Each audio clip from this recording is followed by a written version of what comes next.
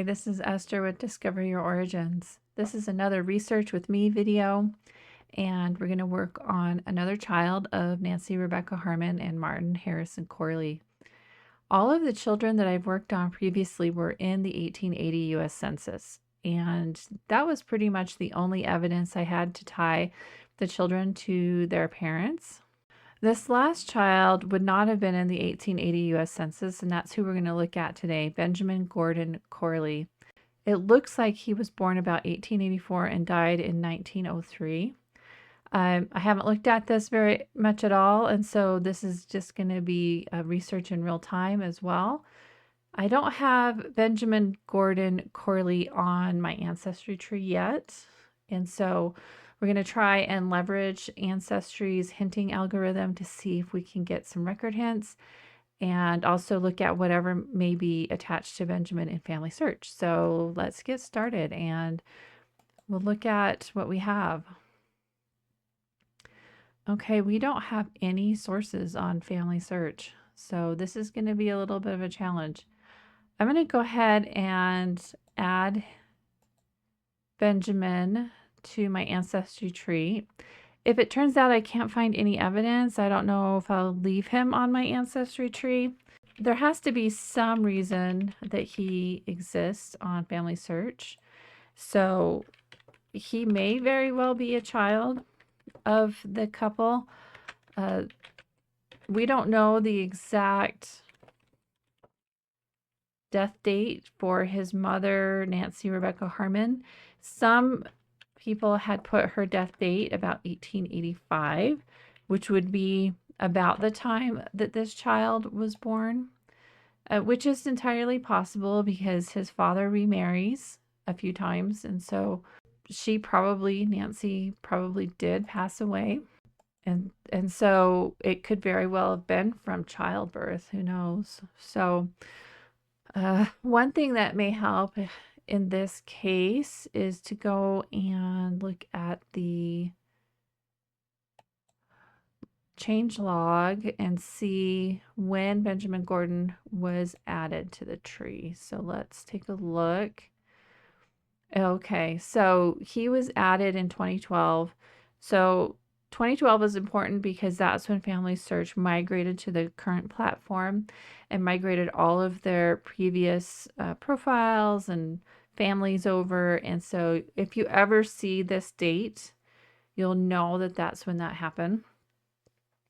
That migration was not completed on April 26, 2012. It actually took quite a bit of time because you may find things a few years later where Family Search has added some additional people. But the downside is that we don't really know who originally added Benjamin Gordon Corley and what evidence they might have had.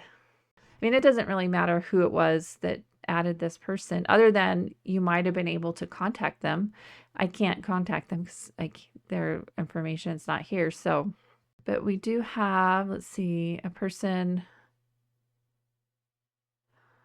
did some editing, but I don't know what that could have been. So we'll go back and I'm going to flip back over to my ancestry tree. We'll refresh that page. We're not getting any hints either. So I'm going to search records. If hints don't pop up right away, there could be a reason, and it could be that the dates are wrong, or the name is wrong or something. There's some kind of mismatch between this person and possible records. However, if you do a search, the search will be just fuzzy enough that it could bring in some records and help clarify the information that you currently have. So to search records on Family Search, you come down to the search records box here and you can search in one of those platforms. I'm just going to pick Family Search for there, and then on Ancestry I'll hit the magnifying glass and then we'll see. Okay, so we got a Benny Corley in Lawrence, South Carolina in 1900. That's interesting. I want to look at that. Now, his father was in Alabama in 1900. So let's look at this and see. All right, that's probably not a match. Let's keep looking. Here's a Benjamin Corley, but he's a father.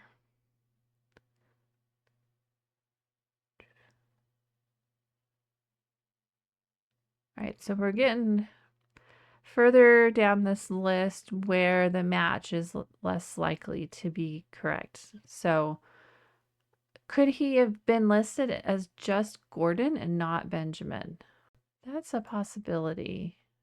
And let's try getting rid of Benjamin and just trying Gordon.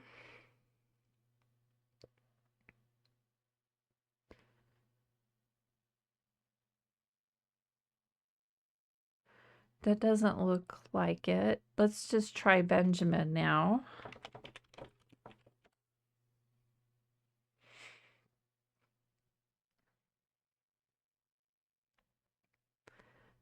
Also, doesn't look like it. Okay. Let's go back to his profile page. All right, so this says he was born in Edgefield, South Carolina, and he died in 1903. So in 1900, Martin Harrison Corley is in Alabama. So let's just go back and look at the 1900 census. Because if he is a child born in 1884, he would have been about 16 years old in 1900. That's old enough that he could have already left home,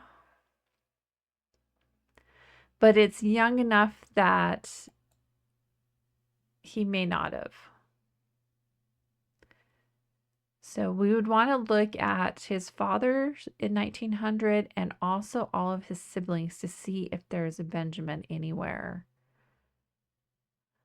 All right. All right, so this is probably Martin's second wife, Sally. Sally says she's the mother of 10 children. 10 living? Pretty sure. Yeah. Okay, so we got Rebecca, James. So those were children actually of the first wife. Robert Lee. Oh, and some of these dates we determined were probably wrong because Robert Lee says he was born in 1877, and that's probably wrong. It's probably more like 1887. Eleanor, Hattie, Sally, John, Anne, oh, Amanda, Josephus, and Alan. So, okay. I'm wondering if some of those children could have been from a previous marriage for Sally. Well, anyway, all right, so there's no Benjamin here. And I know that Charlie was nearby, so I'm going to jump over and look at a Charlie in the 1900 census and just make sure Benjamin is not with him. Sometimes when there's a second marriage, oh, Charlie is, oh, I've got that on in Ancestry. So let's, all right.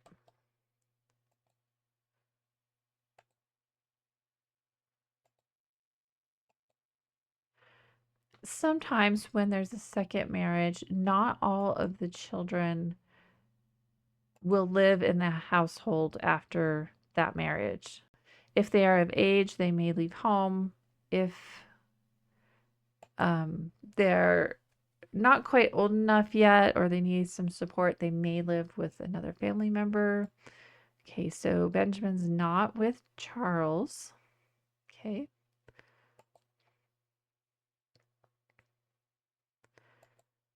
So let's try John Frederick here.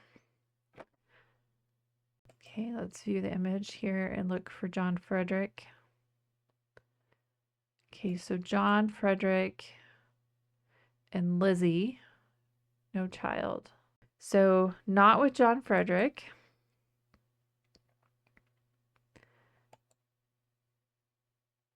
All right, Mary Catherine. And she was married to James Warren Giles. Let's view this image.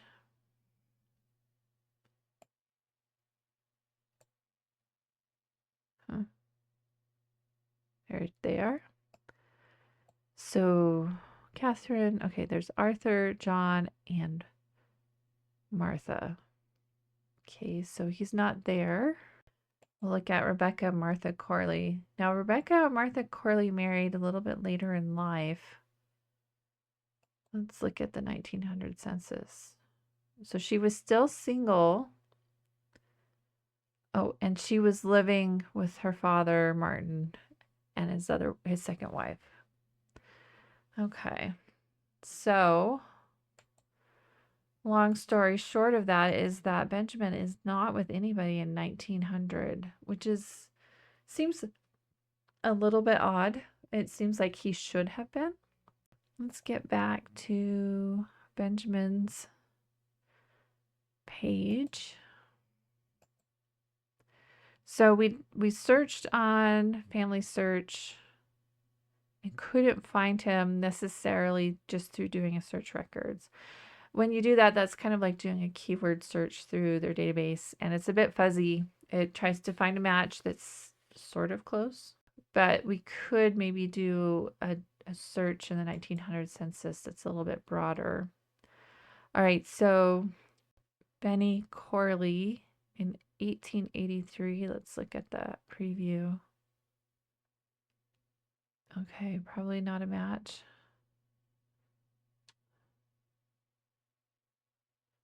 Not a match. Go to the second page here. So Ben Corley in Texas, who's a farm laborer, single. He's the right age. That could be him. I'll go look at this Texas one. So one thing that Ancestry will do if there's any relevant or seems like matching records, they'll have this suggested records here. So Texas death record, 1971. Probably not a match. Okay, I don't think that is a match, but hard to say for sure. Okay, so no sources. All right, we're gonna try one more thing. And I like to do this type of a search on Family Search versus Ancestry. I'm gonna open this in a new tab, but we're gonna search records. And we're gonna search the 1900 census. So I know that we sort of did that search already before, and I'm going to just search for Benjamin Corley. And I'm going to put his birth year, but leave the place blank so it just searches the entire country. All right.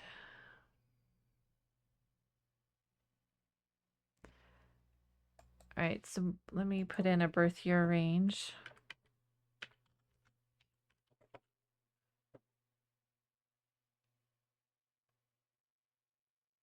And update that search. Okay.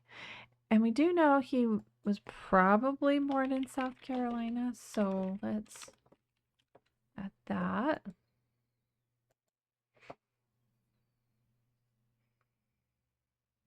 Okay, so I already looked at this census and determined it's probably not a match.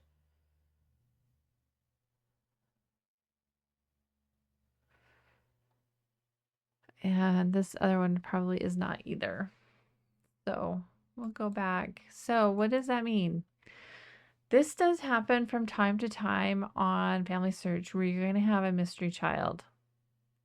And there may be evidence for it, but finding that evidence is going to be a bit tricky. And so you're left with a quandary. Do you leave it? Do you disconnect it? One thing, on your tree that you maintain for yourself, for example, you can add tags. So, for example, here, there's this tag unverified, and you can also add a note that says, something to the effect that he was listed on Family Search with the family, but there's no evidence. That way, if somebody does come by and they see this, they'll at least know that there's no evidence for this person, at least so far. There's not much more we can do here with Benjamin Gordon Corley. Is he a real person or not? There's a good possibility. I mean, he wouldn't have been on somebody's tree if there wasn't some reason to believe that he actually lived. Some things that could be done for future research is to look in cemeteries in Alabama, especially around Dale County. That's where his father was in 1900. Yeah, that's about all you could do. You could look in newspapers to see if there was a death notice for Benjamin Gordon Corley, especially probably in Alabama. But other than that, we may just have to leave him here on Family Search and just move on. Unfortunately, I made some notes on my ancestry tree to say he was unverified, and we'll just have to leave it there. So that leaves what to do next, because I have worked through most of the descendants of James Langford. So let me get up there back to James Langford, because all of this work was to find the descendants of James Langford and Nancy Bell. And I have gone through all of the descendants that I can find for the most part. I'm still working on finishing up a few with Charles, Harris, and Corley. But I've been through all of these children. I've added sources where I could find them and added notes and cleaned things up for all of these descendants, attached records. And so this project is coming to an end. So next week I may start with something new. We'll let you know. So I hope that was helpful when you run across something you're not really sure about on Family Search. It's not unusual. So the best thing you can do is make notes and just leave it hanging for now. So until next time, we'll see you later.